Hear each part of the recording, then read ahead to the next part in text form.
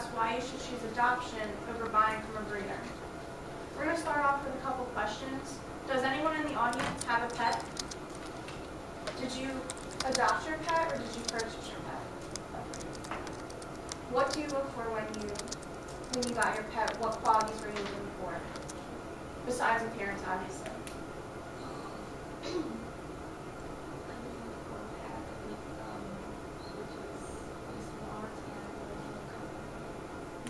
Did you want it as a companion, someone to play with? Anyone else have a pet? No one else has a pet?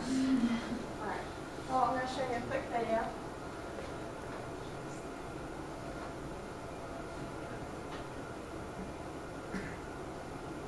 Alright. Well, we're not going to see the video.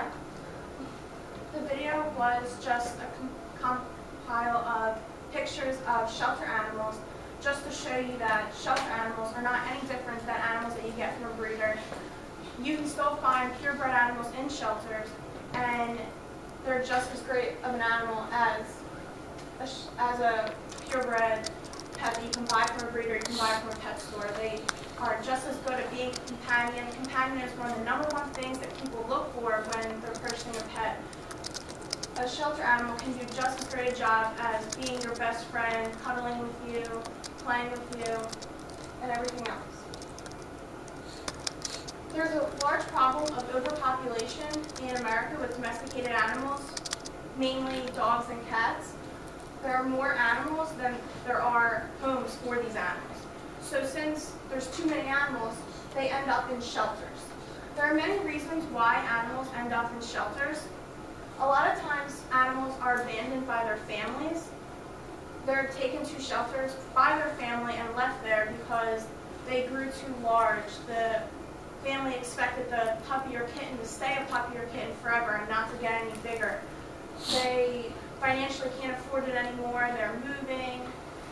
They didn't understand the responsibility that they were taking on. There's many reasons why people abandon their animals. Other reasons why animals end up in shelters are because there's so many animals since the overpopulation, but there are strays living on the streets. And there are a lot of advocates and people that rescue these strays and take them to shelters in the hopes that the shelter will take care of them.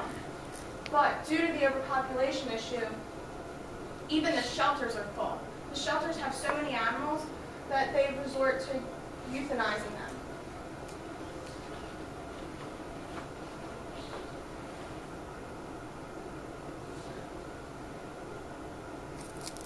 The National Council of Pet Population Study and Policy reports based on estimates on recent statistics that 3 to 4 million animals, dogs and cats, are euthanized per year in America alone, not taking into account any other country. That's a very large number. Why should you adopt? There are many pros to adopting. For one, it's cheaper. I don't know about you, but when you purchase from a breeder, you can pay between hundreds to thousands of dollars for your pet. If you go to a shelter, you could adopt your animal for, usually they call it a donation, between $50 and $250. So you're saving money there. I know that I personally have 4 pets, and every single one was either adopted or rescued off of the street. Another pro to adopting is that they're less likely to be very sick and be in poor conditions. Poor conditions that many breeders maintain their pets. Their pets are covered in urine and feces, and they're in small, cramped cages, and they're not taken care of properly because there's a lack of regulation. Mark Pitch, a writer for a newspaper in Washington, even reported that lawmakers are starting to get serious about this issue, and they think that large-scale dog breeding needs to be more regulated to ensure that consumers aren't getting sick animals and that their animals are being properly taken care of before they are received. Another great pro to adopting is that you're saving an animal's life. You're giving that animal a great loving home, and you're giving it another chance to be alive. It's understandable that a lot of you can't adopt, or you may not want to have a pet at this time. You're a student, you don't have all the time or the finances to take care of your pet. So there's many other things that you can do to help support this cause, such as volunteering. shelters and agencies are always looking for volunteers. Even if you don't like animals, you don't have to personally take care of the animals. You could work in their offices with filing, stuff like that, taking pictures of the animals to put on websites so that people can see these animals and they can get adopted and they can find homes. If you don't have time to volunteer, you can donate. Any donation is great. It doesn't matter if it's a penny, if it's $100, any donation is appreciated since shelters thrive on donations. That is how they stay afloat and how they take care of all these animals. And also, if you don't have the money to donate, you can also donate supplies, blankets, towels, food, anything that can help the shelter operate. And another way is that if you currently have a pet, to spay or neuter your pet.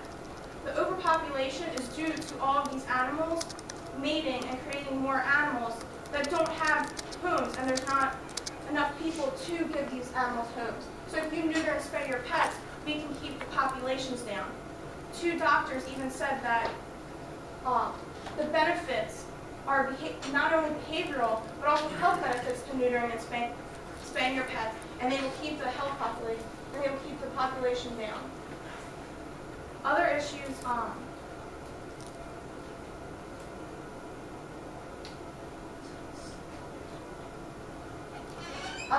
due to the overpopulation, since the animals don't have homes,